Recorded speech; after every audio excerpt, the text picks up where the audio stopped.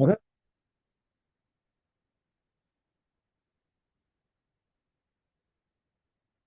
Sí. Pero no lo cambio. A ver, dale.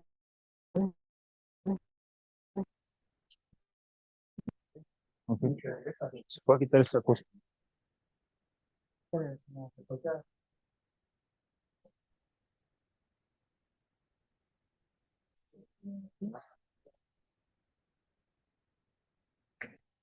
No, pero ya no voy a ver. Ok.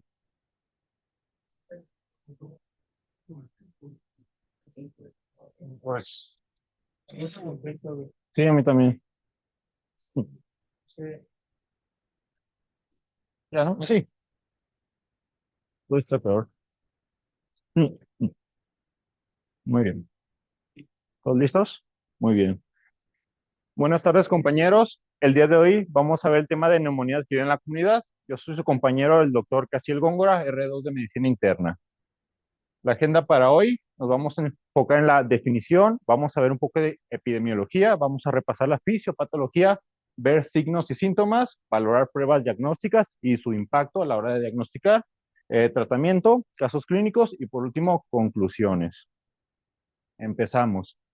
¿Cómo definimos neumonía de actividad en la comunidad? Básicamente es una infección aguda del parénquima pulmonar causada por microorganismos, perdón, que adquirimos fuera del hospital.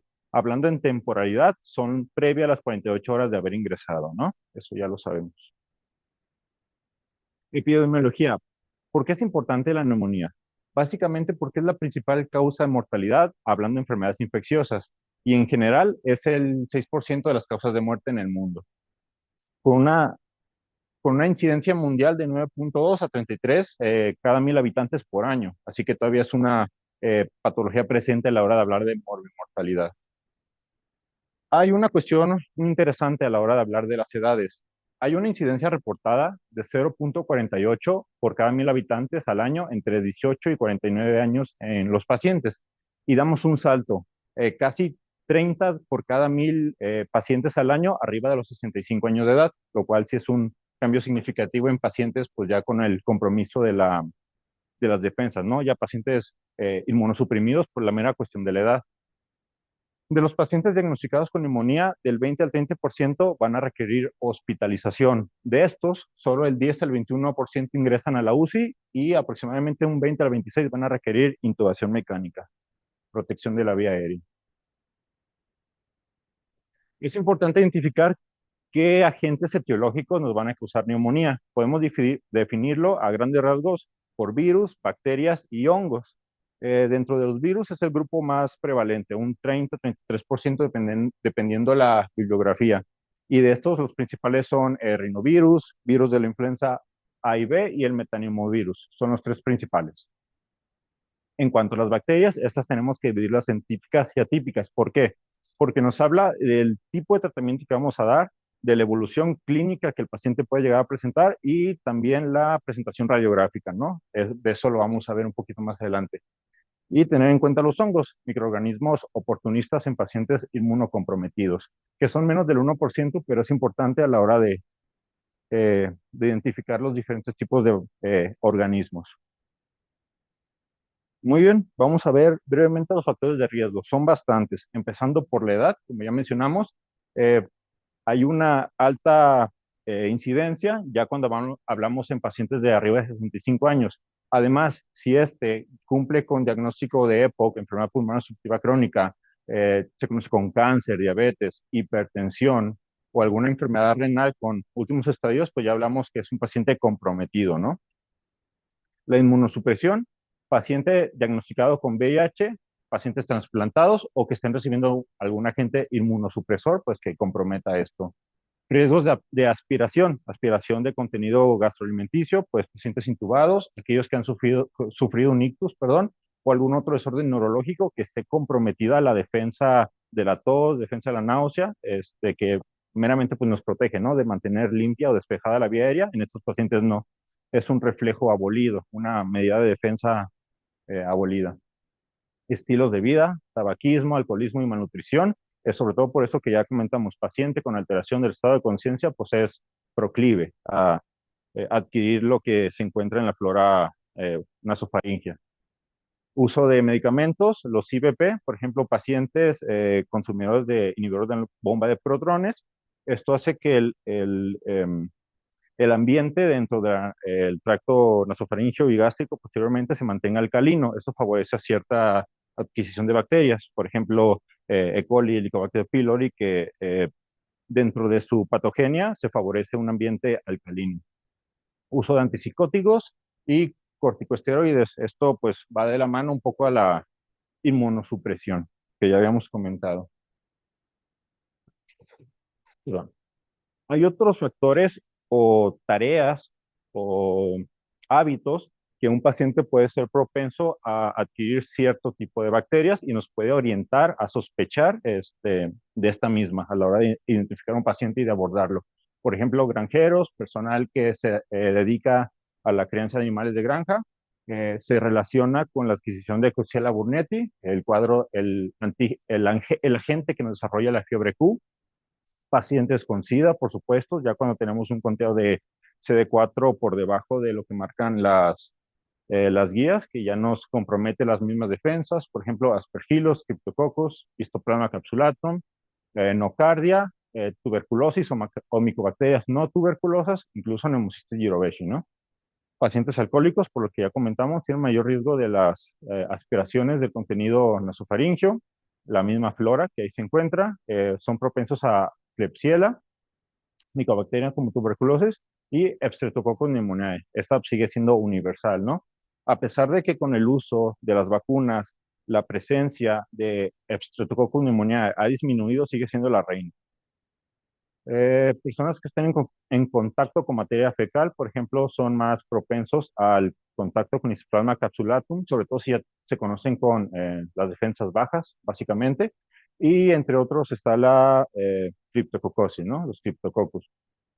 Enfermedad pulmonar obstructiva crónica, se relaciona con infección por Chlamydia pneumoniae, Haemophilus influenza, algunas especies de Legionella, de esta hablaremos un poquito más adelante, eh, unas más comunes, Moraxella catarrhalis, la misma pneumoniae y Pseudomonas aeruginosa.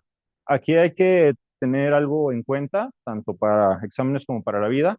En pacientes que ya se conocen con compromiso de la estructura pulmonar, tienen facilidad o mayor relación con infecciones por Pseudomonas aeruginosa, pacientes con enfisema, pacientes conocidos con fibrosis quística o aquellos que ya se identifica una bronquiectasia.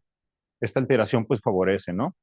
Incluso, ya lo veremos más adelante en tratamiento, no es descabellado un paciente con EPOC que ingresa por una neumonía, considerar iniciar con una fluoroquinolona por los factores de riesgo que ya mencionamos, pero eso ya lo veremos más adelante. Infección por el VIH, a diferencia del anterior que ya lo catalogamos como SIDA, pues siguen siendo las comunes, Streptococcus pneumoniae, Haemophilus influenza y pues tuberculosis, ¿no? Si ya hay un grado de compromiso. Y, por ejemplo, aquellos que han viajado recientemente a un hotel, a un crucero, han hecho uso de bañeras térmicas, de masaje térmico, los famosos jacuzzi, o en contacto con aguas contaminadas, pues se relacionan a infección por legionela. Dentro de las características clínicas de la legionela en un paciente a la hora de abordarlo, pues nos haría sospechar varias cuestiones. Por ejemplo, se relaciona con hiponatremia, así es que es un paciente con antecedente de haber viajado a un crucero, visitado un hotel con H, perdón. Y aparte tiene alteración de estado de alerta, pues se relaciona o nos haría pensar que hay un compromiso electrolítico, ¿no? Otro dato interesante a la hora de ver legionela, existe el síndrome de Faguet, que por alguna razón son pacientes que presentan neumonía, que presentan fiebre por arriba de los 38 grados, 38.3, pero por alguna razón eh, no se relacionan con taquicardia. De hecho, llegan a presentar una bradicardia relacionada en el síndrome de Fayette. Hay varias especulaciones, se sospecha que sea una toxina que por parte de Legionela aumenta el tono vagal y disminuye el tono simpático. Así que esto es algo muy puntual y característico de Legionela.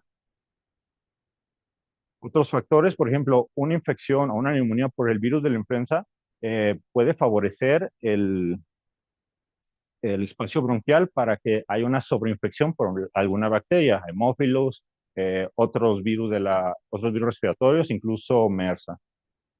Consumo de drogas parenterales, perdón, obviamente, Staphylococcus aureus, esta pues es de cajón, incluso en otras patologías, por mencionar algunos. Es importante, lo veremos en tratamiento, paciente que se sospeche de un broncoaspiración, no se le da antibiótico de rutina, al menos que identifiquemos una lesión que nos haga considerar un absceso pulmonar que ya esté presente en el paciente. Y ya cuando identificamos este absceso, podemos considerar pues la misma flora anaerobia, oral, tuberculosis, Staphylococcus aureus, por ejemplo. Y así nos podemos ir con otras lesiones radiográficas. Por ejemplo, al encontrar una caverna, pues considerar tuberculosis, considerar aureos también. Viajes nacionales o internacionales, pues esto depende de la zona que visite el paciente, lo hemos visto, por ejemplo, en el síndrome respiratorio de Oriente Medio, pacientes que viajaron o son residentes del suroeste de Estados Unidos que se relaciona con coccidiomicosis, pues lo vimos en los últimos años, en lugares de Oriente, pues hay ciertas mutaciones o ciertas variantes de COVID. Y incluso tuvimos una paciente hace unos meses que lo aprendimos a la mala. Así que eh, el abordaje del paciente, hacerle las preguntas ¿dónde ha estado? Previamente, pues es muy valioso a la hora de sospechar que agente etiológico pudiera estar relacionado. Ok, vamos con la fisiopatología. Es importante recalcar que el pulmón no es una cavidad estéril, algo que contradice lo que décadas pasado teníamos como cierto. Principalmente, hablando de bacterias, la infección se da por una colonización inicial de la vía aérea superior y la posterior aspiración de este contenido. En cuanto a los virus, pues es por la inhalación de micropartículas en el aerosol, sí, como tipo partículas de aerosol, perdón. Esto debajo de las 5 micras. Siempre y cuando venzan o sean abatidos o ya haya una predisposición de las defensas del hospedador que condicionen esta infección. Por ejemplo, de forma regular, hablando en una infección respiratoria aguda en un paciente sano, entra el agente, sin embargo, hay mecanismos como el barrido de los cilios, el reflejo de la tos, las defensas innatas y la adaptativa del el espacio alveolar rechazan esa presencia, ese antígeno, y pues no se desarrolla un proceso fisiopatológico. A diferencia cuando un paciente ya se conoce con EPOC, ya es consumidor crónico de alcohol, ya tiene un grado de inmunodeficiencia donde estas defensas pues se ven comprometidas y el agente hace de las suyas. Llega, encuentra un espacio rico en nutrientes, rico en moco, rico en proteínas y eso favorece la colonización y la reproducción. Así que para que se desarrolle este proceso tiene que haber una buena cantidad de inóculo de la bacteria, buena cantidad de viral, tiene que haber los factores de virulencia apropiados y las defensas del hospedador tienen que estar comprometidas, teniendo en cuenta que la clínica, los síntomas y signos que dé el paciente, pues esto es meramente la respuesta inflamatoria del paciente. Es por eso que a la hora de evaluar un paciente, un adulto relativamente joven contra alguien en los extremos de la vida, esta presentación clínica pues va a ser florida en el paciente joven con sus defensas intactas, a diferencia del paciente añoso. ¿Cómo se ve de forma macroscópica? Pues básicamente podemos catalogarlo en 4 estadios, esto en una semana de progresión. Los primeros 2 días, por el aumento de la vasodilatación, el aumento de líquidos y espacio rico en proteínas, pues va a haber una congestión. El hígado, perdón, el pulmón se va a ver eh, denso, se va a ver gordito, choncho, por ese compromiso de llenado de líquidos. Posteriormente, en el día 3 o 4, dependiendo de la bibliografía, va a haber un aumento rico en eritrocitos, neutrófilos, fibrina, pero sobre todo los eritrocitos le van a dar un color rojizo y la consistencia va a ser similar al hígado. Esto lo podemos ver tanto en tomografía como en el ultrasonido y por eso lo catalogamos o lo definimos como una hepatización roja. Posteriormente, del quinto al sexto día, los eritrocitos van a ir disminuyendo, pero todavía va a haber presencia de neutrófilos, fibrina y diferente material de color blanco. Es por eso que el hígado se vuelve grisáceo, se vuelve pálido y pues se mantiene o se caracteriza como un hígado gris, como una hepatización gris. Y posteriormente la resolución clínica. Posterior a la semana de un adecuado esquema antibiótico, pues el paciente va a mejorar. Sin embargo, la lesión residual va a permanecer semanas o incluso meses. Esto lo podemos ver relacionado con que un paciente posterior a una semana de antibiótico, una semana de tratamiento, mejora, pero si vuelves a tomar un estudio de imagen, la lesión va a seguir ahí, esa no va a cambiar. Así que va de la mano la fisiopatología junto con los hallazgos radiológicos. Ok, signos y síntomas. No hay signo ni síntoma que nos haga el diagnóstico de neumonía, ni tampoco que lo descarte. De hecho, podemos identificar tanto la sensibilidad como la especificidad de los signos y síntomas. En algunos varía. Por ejemplo, la tos tanto seca como expectorante menciona una sensibilidad del 72 al 100%, pero una especificidad muy baja. 14 al 44 el 44%. Esto nos da una relación de verosimilitud o un Likert radio de 1.3 a 1.8. Y si lo ven, se repite con los demás signos y síntomas. Si quisiéramos un Likert radio significativo cerca al 10, pues no hay ninguna dato de la clínica que nos aporte esto. Así que es difícil hablar de diagnóstico de neumonía únicamente con la clínica. Los signos son un poquito más aprovechables en ese sentido. Por ejemplo, aquí destaca la matidez a la percusión, torácica obviamente, con una sensibilidad apenas de 4 a 26%, una especificidad del 94 al 98% y su índice de verosimilitud va de un 2.2 a un 4.3, que se mantiene bastante corto para hacer el diagnóstico. El que más podría ayudarnos es la eufonía, que solo como recordatorio, al momento de la auscultación es cuando al paciente se le pide que pronuncie la letra A, pero la auscultación suena como E. Y ese signo pues tiene un valor de verosimilitud bastante amplio, la verdad, de 2 a 8.6, pero es el que más se le acerca al 10 de todo lo demás. En resumen, no podemos hacer diagnóstico meramente con la clínica. Antes de entrar al diagnóstico, quisiera mencionar brevemente las clasificaciones. Es importante clasificar la neumonía por varias cuestiones. Uno, identificar qué tan grave viene el paciente, dónde lo voy a tratar. ¿Lo mando a su casa, lo mando a hospital o lo mando a la UCI? Dos, adelantándome un poco, integrando tanto la clínica como los datos radiográficos, pues nos haría pensar si es una bacteria típica o atípica o incluso un virus. Así que es importante clasificarlo. Por ejemplo, tenemos varias herramientas. Aquí una muy usada es CUP65. Bueno, aquí en manera universal, la bibliografía la mantiene como de las más prácticas para tomar decisiones rápidas. El CUP65 se basa en 5 puntos. Cada uno te da uno en calificación y lo clasifica en 3 parámetros. Paciente de bajo riesgo se va a casa, paciente de riesgo intermedio se hospitaliza y paciente de alto riesgo se ingresa a la UCI con una sensibilidad del 71% y una especificidad del 69%. De forma práctica, más que clasificar de forma fidedigna un paciente, nos ayuda a decidir si lo ingreso o lo mando a su casa, porque hay otra herramienta mucho más útil para esta cuestión, el PCI-POR, para identificar qué clase de las 5 que nos da cataloga a mi paciente y define un poquito mejor el riesgo de mortalidad. Y también me ayuda a decidir a dónde lo mando. Clase 1 y 2 tienen riesgo bajo de mortalidad, lo mando a casa.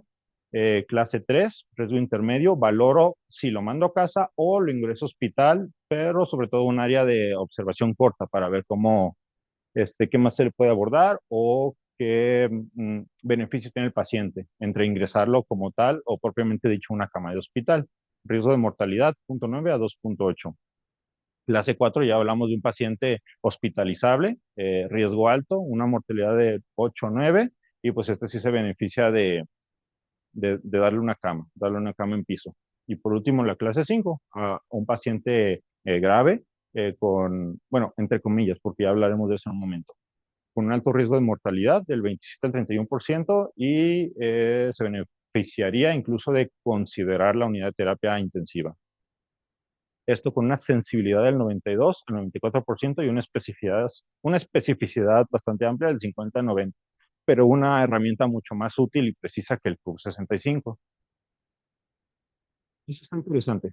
Smart Cop Score es una herramienta que nos hace valorar el riesgo de mortalidad de un paciente que se va a ingresar a la UCI.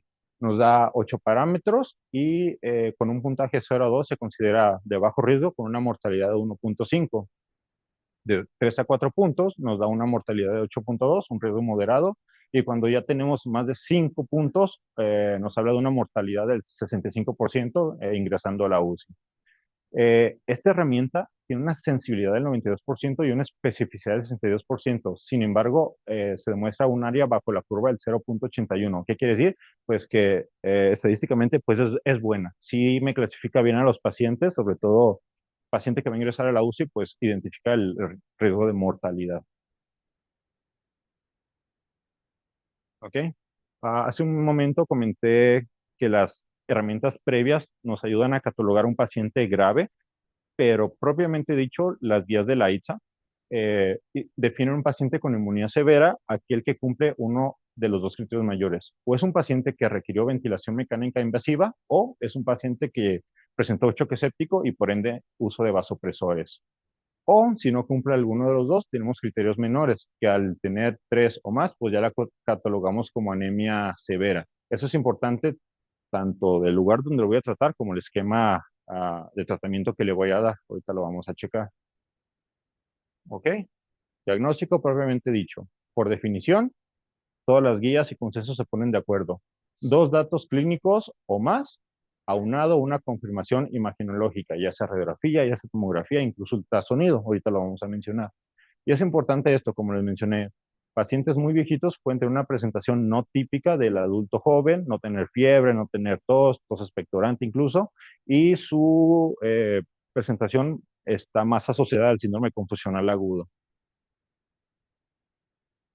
El estudio inicial y con el que casi todo ambiente hospitalero cuenta es la radiografía.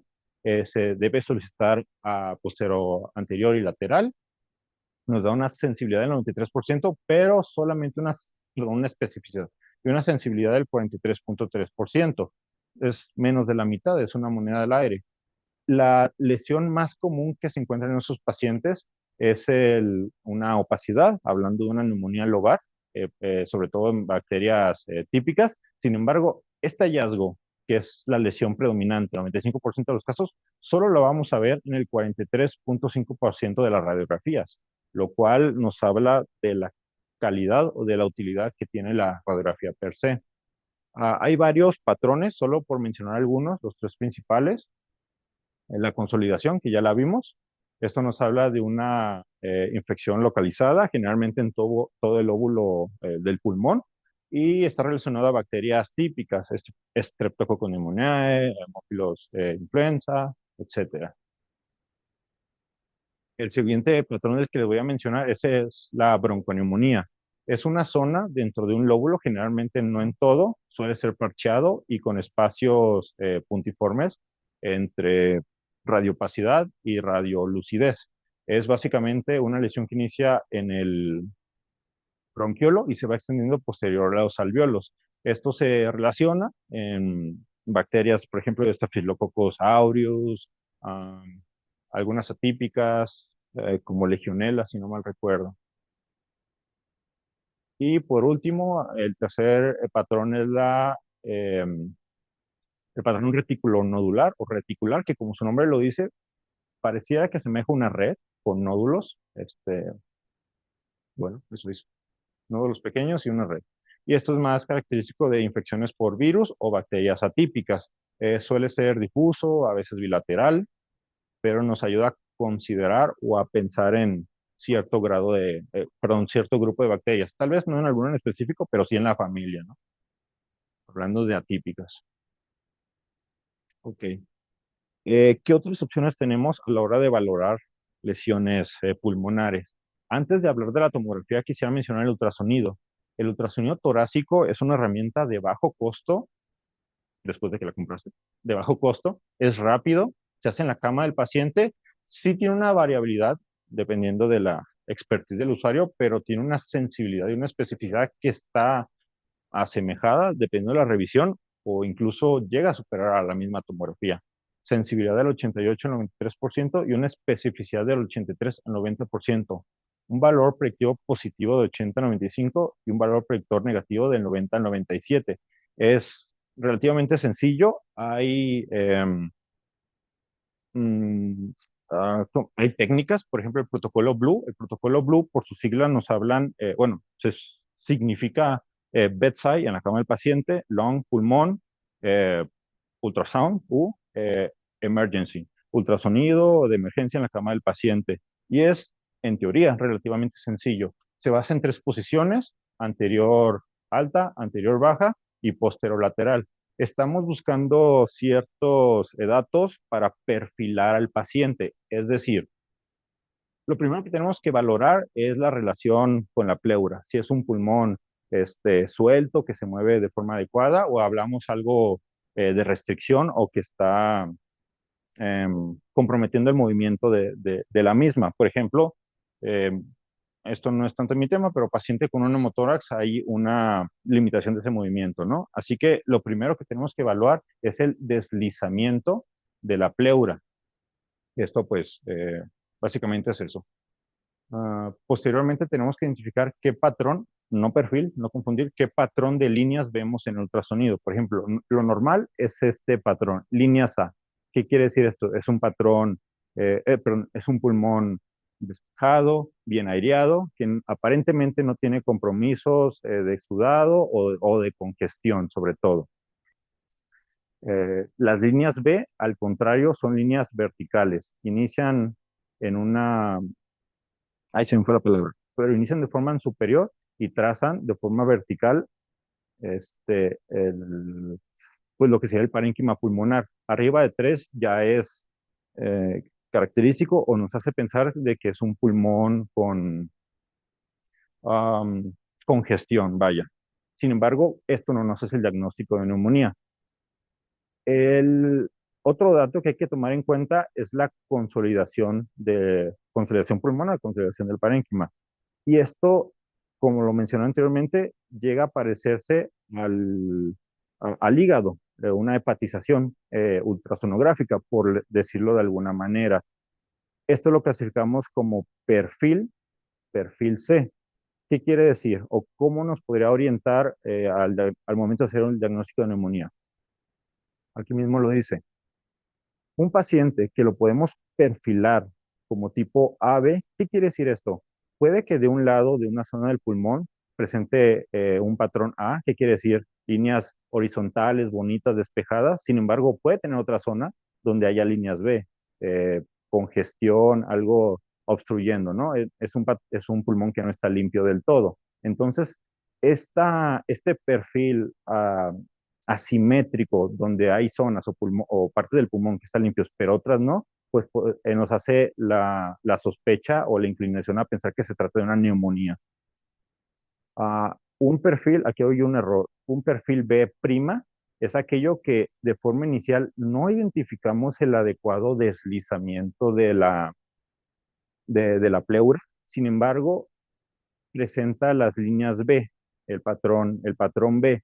¿Qué nos habla de esto? Es un pulmón que no se desliza de forma adecuada y nos da signos de congestión. Este patrón B' entra dentro del protocolo Blue, de los que podrían considerarse pacientes con neumonía, a grandes rasgos, todo lo que le estoy comentando. Y el tercer patrón, o el tercer perfil, mejor dicho, es identificar la consolidación, la hepatización. Incluso hay un acrónimo PLAPS que a la hora, como les comenté, son tres focos: anterior, eh, inferior y posterolateral. Este PLAPS significa eh,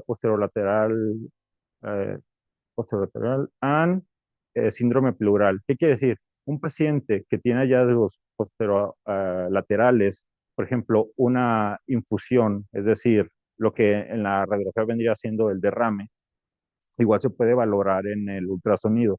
Así que, a grandes rasgos, sí están descritos características ultrasonográficas que nos puedan orientar al diagnóstico de la neumonía en un paciente en cama en minutos. Segundos, porque es un poquito largo el protocolo Blue y la verdad no da para este momento. Como les comentaba, datos de hepatización dentro del el rastreo, pues nos hace pensar que ese paciente sí tiene una consolidación y sí podemos catalogarlo como neumonía. Continuamos con la tomografía, considerada el estándar de oro, con una sensibilidad del 88-95% y una especificidad del 80 al 90%.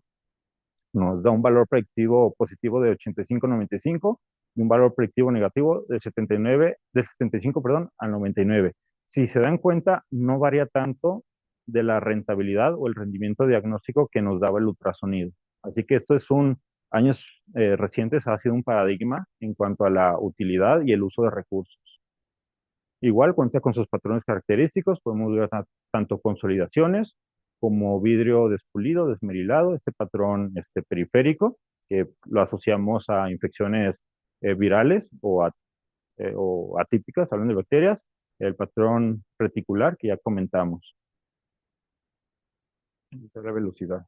Ok, entonces, en el contexto de un paciente que tiene la clínica, que tenemos el estudio de imagen y hacemos el diagnóstico de neumonía, tenemos otras herramientas que nos ayudan a identificar y posteriormente dar un mejor tratamiento a nuestro paciente. Por ejemplo, tener en cuenta que existe la prueba rápido de influenza y de COVID.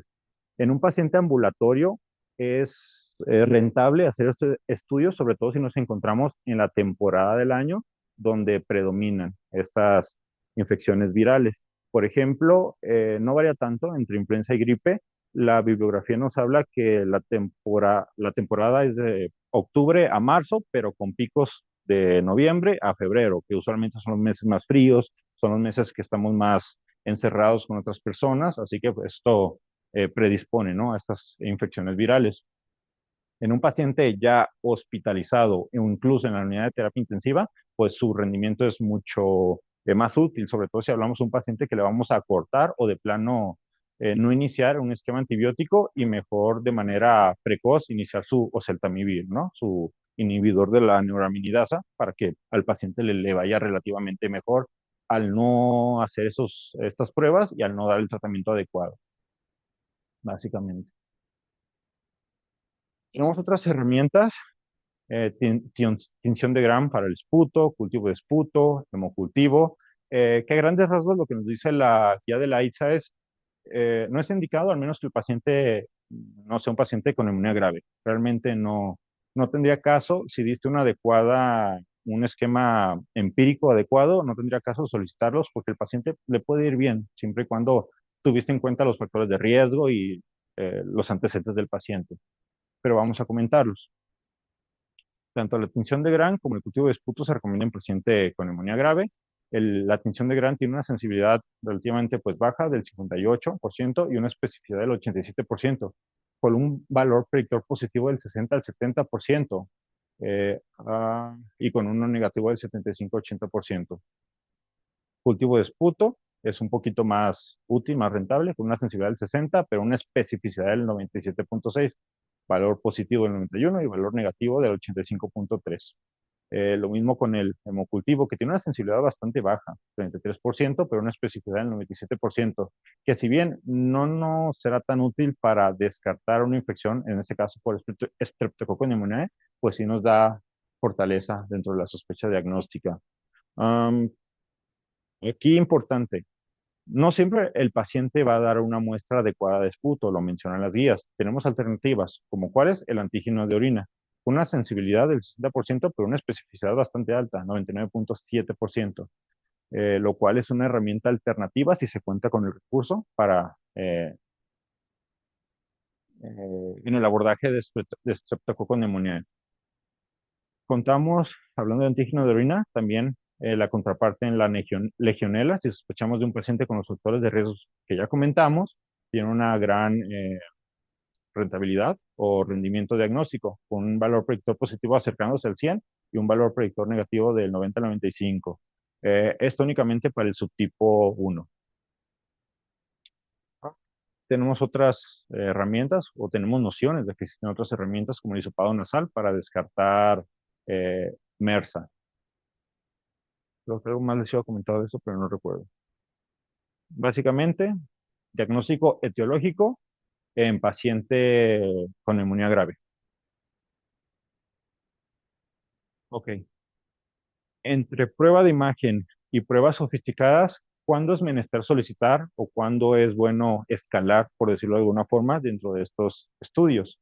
Bueno, para la tomografía nos dicen las guías, en paciente con una radiografía negativa, que ya mencionamos, solo en menos de la mitad de los casos vamos a ver la lesión presente, pero con una alta sospecha de neumonía, valdría la pena tomar la tomografía. Aquellos con una mala evolución, iniciarse antibiótico, perdón, de 48 a 72 horas no hubo la evolución que tú esperabas, valdría la pena buscar alguna complicación, ya sea incluso un empiema, absceso, etcétera. Algo que se tenga que drenar o aspirar. Mm, igual, neumonía complicado, persistente, también valdrá la pena hacer la tomografía. En resumen, tomografía solo si la radiografía no basta o no es viable y la clínica es altamente sugestiva o es un paciente que se está complicando o no está evolucionando como tú esperarías. Lo mismo con los estudios, hablando del cultivo, como ya mencioné, la guía de la ITSA menciona que paciente con neumonía grave siempre tomes su hemocultivo. Su cultivo de expectoración se da una buena muestra y la tinción de Gram. Paciente que tenga riesgo de MRSA o pseudomonas, ya lo veremos. Sí valdría la pena también hemocultivar y cultivar la expectoración. Igual en inmunodeprimidos y sobre todo aquellos que sospechas de un foco infeccioso en otro lado. En resumen, cultivos para pacientes con neumonía grave o con riesgo, por ejemplo, para MRSA o pseudomonas. Ahorita vamos a mencionar esos dichosos riesgos. Vamos al tratamiento. eh, es muy puntual la guía. Dice, paciente ambulatorio, que después de las herramientas que utilizamos, UR65, PCI, no lo vas a ingresar. Y si no tiene comórbidos o factores de riesgos, no tiene EPOC, no tiene diabetes, no tiene hipertensión, pues esquemas de monoterapia como amoxicilina, dosis altas, doxiciclina o incluso un macrólido. Ojo, aquí se menciona que un macrólido solo podría considerarse útil cuando la resistencia local, resistencia de tu comunidad, se presta para esto. ¿Qué quiere decir? Una resistencia identificada arriba del 25%, pues realmente no justifica el uso único de macrólido. Eh, Tanto México, Estados Unidos, Canadá, tenemos una resistencia reportada de 30-40%, así que no estamos para dar monoterapia de macrólidos. Paciente ambulatorio, pero sí cuenta con factores de riesgo, otras enfermedades, damos esquemas de amoxicilina o cefodoxima o ciproxima agregando un macrólido. Aquí sí, porque la cobertura que damos, tanto bacterias típicas como atípicas, sí es considerable, sí nos ayuda. En caso de que no se cuente o haya alergia previa a un macrólido, podemos optar por la doxiciclina. Otra opción, en paciente ambulatorio con comórbidos, monoterapia con una quinolona, ya sea levofloxacino, moxifloxacino o gemifloxacino. Sin embargo, lo que nos refiere la bibliografía y los consensos es ten en cuenta el riesgo de ruptura de tendón. Así que si puedes dar un esquema de los antes mencionados, mejor. En caso de que no, quinolonas. O si tienes una alta sospecha, por ejemplo, como ya mencionamos, paciente con EPO, conocido como bronquiectasias o alteración de la estructura pulmonar, pues no estaría mal considerar que pudiéramos cubrir este pseudomona, pero de preferencia con los estudios pertinentes, ¿no? Ya identificándola para disminuir el riesgo de efectos secundarios y de resistencia bacteriana. Paciente hospitalizado sin factores de riesgo para MRSA o pseudomonas, damos estos esquemas. ¿Cuáles son los factores de riesgo para MRSA o pseudomonas? Básicamente son estos. Para ambos, una colonización conocida previamente o una infección previamente registrada, paciente que reingresa por neumonía, ya las cubrimos. Aunque no tengamos en ese momento, en esa hospitalización, el estudio que haya aislado estos agentes, por el mero antecedente, es preferible cubrir. O incluso hospitalizaciones recientes dentro de los 90 días previos que recibieron antibióticos intravenosos, también valdría la pena cubrir estos dos. A eso se refiere con los factores de riesgo principales. Hay otras cuestiones meritorias a considerar, por ejemplo aquí, como les mencionaba, bronquiectasias, enfermedad pulmonar obstructiva crónica, que nos hace pensar en pseudomonas, pero los puntos fuertes son estos tres: polinización, infección o uso reciente de antibióticos parenterales. Perdón, y damos estos esquemas: AMPI con sulbactam o cefotaxima o ceftriaxona, perdón, o ceftarolina, dejando esta quinta, que es cefalosporina de quinta generación, porque tiene beneficios para pegarle a la pseudomonas. Así que de preferencia pues, no sería la primera opción. Y como mencionamos, este esquema más un macrólido o doxiciclina. Igual se puede usar eh, monoterapia con quinolonas, como ya hemos mencionado.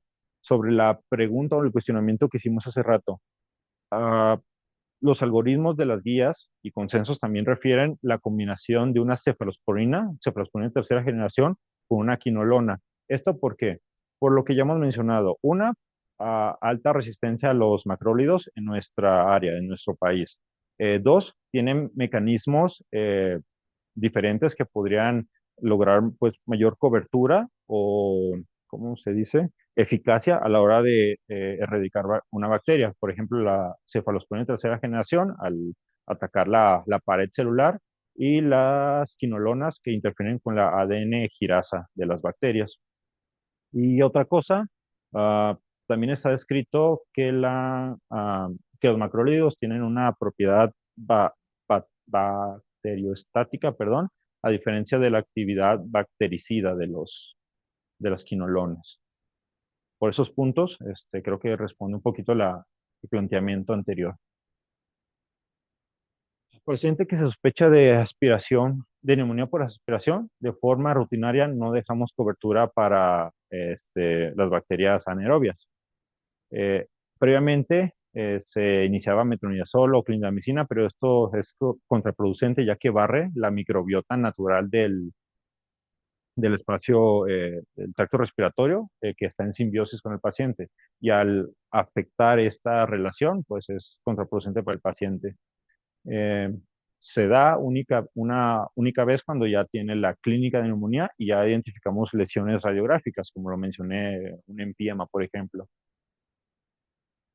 Y por último, para dejar de hablar de antibióticos, paciente hospitalizado con los factores de riesgo que ya mencionamos, para MRSA, Pseudomonas, valdría la pena agregar vancomicina o linezolid para estafilococo resistente, MRSA, o alguna de estas opciones: pipetazo para Pseudomonas, o cefepime, o ceftazidima, o astronam, o un carbapenémico, siempre y cuando no sea ertapenem, pues que es el que no tiene actividad contra Pseudomonas.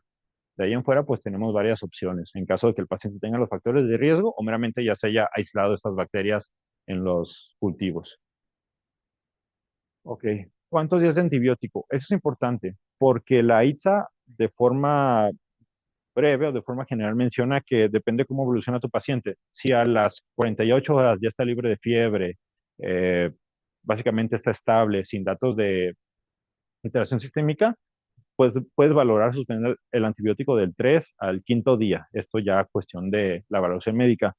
Una infección que requiere un esquema antibiótico más de 7 días, pues ya se considera que no está respondiendo como el clínico esperaría.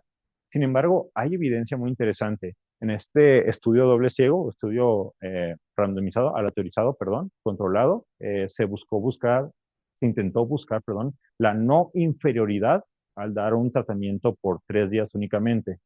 Se tomaron en cuenta 310 pacientes hospitalizados con neumonía adquirida en la comunidad clínicamente estable, es decir, PCI debajo de 90, clasificación 1 o 2, y se identificó que había una mejoría clínica valorados a los 15 días después del esquema antibiótico, en un 77% aquellos que se suspendió el antibiótico el tercer día, contra un 68% aquellos que se continuó, generalmente con dosis altas de amoxiclav.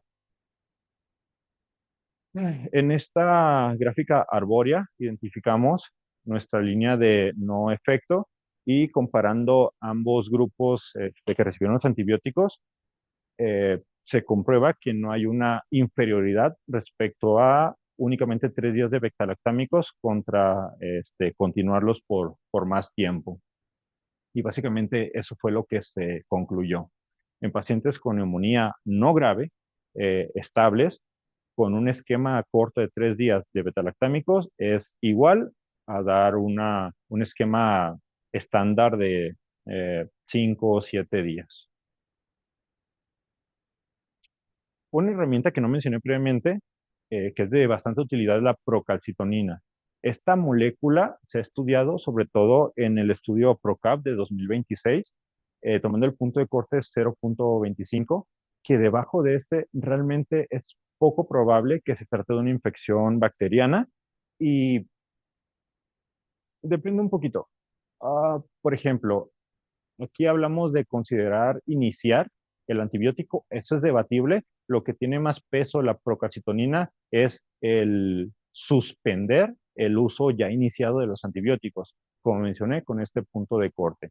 Arriba de él es posible que nuestra infección sí se trate de una infección bacteriana.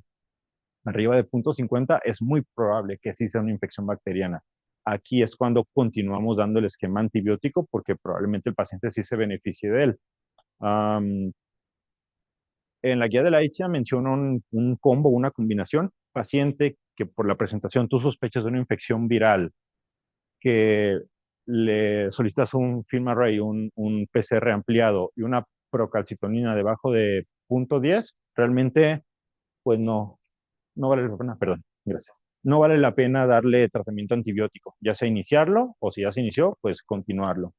La procalcitonina como tal tiene una sensibilidad del 55% y una especificidad del 76% de forma aislada, pero junto con la proteína C reactiva llega a una sensibilidad del 92.6 y una especificidad del 89.3. Así que son dos herramientas bastante útiles, sobre todo a la hora de descontinuar los antibióticos. Empieza con los esteroides. Ha sido debatible. La guía de la ITSA menciona paciente con los criterios de neumonía grave, suelta esteroides. ¿Cuánto? 200 miligramos al día.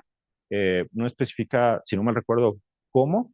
El Survivor Sepsis nos habla que podemos darlo espaciado, 50 miligramos cada 6 horas o en infusión. ¿Qué nos dice la evidencia? Bueno, en esa revisión sistemática y metaanálisis del 2025, evaluaron 15 estudios clínicos aleatorizados con 2.445 pacientes. El objetivo fue evaluar la asociación de uso de esteroides sistémicos y la mortalidad en pacientes con neumonía no COVID o síndrome de dificultad respiratoria aguda. Los resultados fueron considerables, bueno, fueron significativos. Mm, la palabra que estoy buscando es, podrían ser beneficiosos. Los resultados muestran que los esteroides reducen la mortalidad a corto plazo en neumonía grave y síndrome de dificultad respiratoria aguda con un risk radio de 0.73. Hubo una reducción del riesgo de 27% de este grupo y la disminución de la presentación de un choque secundario con un riesgo relativo de 0.49, es decir, una reducción del 51%. Los estudios a evaluar en este metaanálisis están representados en esta gráfica arbórea. Nuestro resumen final, nuestro resultado final, el rombo, pues sí se mantiene en la línea de no efecto con tendencia hacia la izquierda, eh, por lo cual se concluye que los esteroides a dosis bajas y cursos cortos reducen la mortalidad o podrían reducir la mortalidad a corto plazo en neumonía no grave. Perdón, neumonía grave. Aquí creo que fue error mío. No, perdón, sí, neumonía grave. Perdón. Neumonía grave y síndrome de dificultad respiratoria aguda. Ok, ya casi para terminar, las vacunas. Básicamente, todo personal de la salud tendría que tener la cobertura anual para influenza. Tiene que recibir los boosts o los refuerzos de COVID-19 y ya hablando para pacientes añosos arriba de 65 años, es menester que reciban la dosis única de la vacuna contra neumococos, ah, ¿se fue la palabra? Perdón, el PCV20, que es dosis única. O si recibió un esquema previo de la PCV15, es necesario dar un refuerzo al año con la PPS V23. conjugada, perdón, la vacuna conjugada 20, con los 20 serotipos que cubre. O si recibió la conjugada con los 15 serotipos, da el refuerzo para la vacuna polisacárida, que cubre 23 serotipos. Eh, Esto, como ya mencioné, si es un paciente arriba de 65 años o es más joven de esa edad, pero tiene los factores de riesgo que ya mencionamos, que hemos venido mencionando todo este tiempo.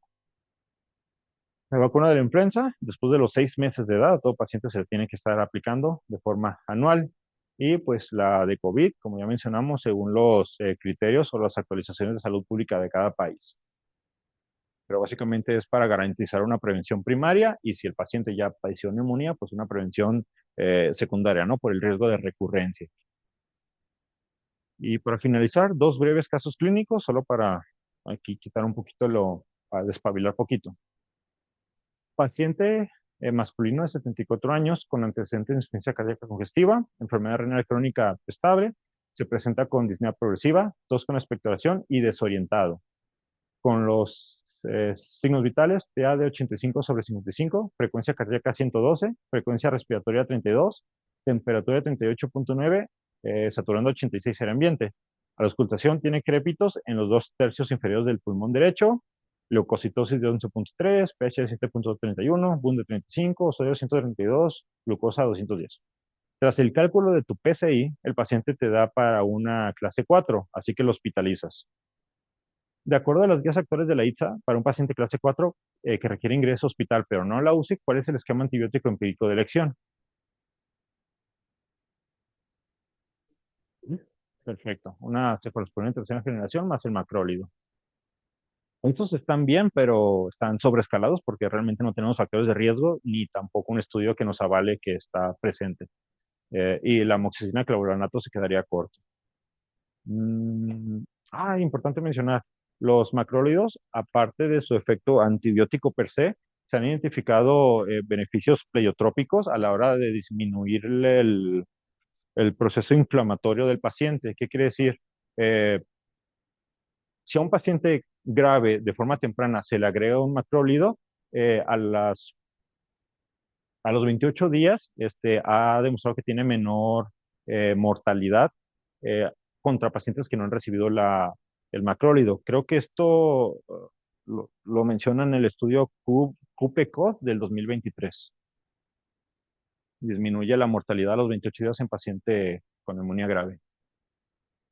Para confirmar la extensión del filtrado y descartar complicaciones, ¿qué estudio de imagen inicial es el estándar en urgencias y cuál es su sensibilidad?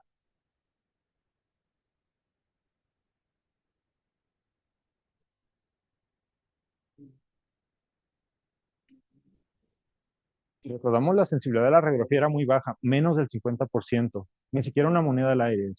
Es, es poco su rendimiento a la hora de identificar lesiones. Muchas se nos pueden escapar.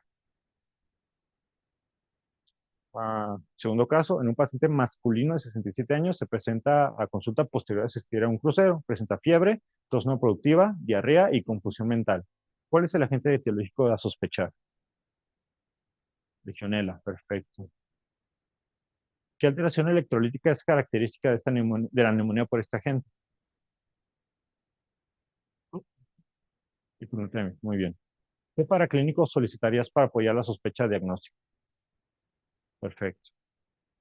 Y pues ya para terminar, conclusiones. La neumonía adquirida en la comunidad sigue siendo un factor de importancia por su morbimortalidad a nivel mundial. Es importante tener en cuenta las herramientas para la clasificación de los pacientes, ya que nos permiten orientar de mejor manera el área de atención y el tratamiento que se le va a brindar. Y importantísimo, no es necesario el abordaje etiológico en la mayoría de los pacientes con neumonía. Si se instaura un adecuado tratamiento empírico según las características del paciente y factores de riesgo. Y básicamente es eso.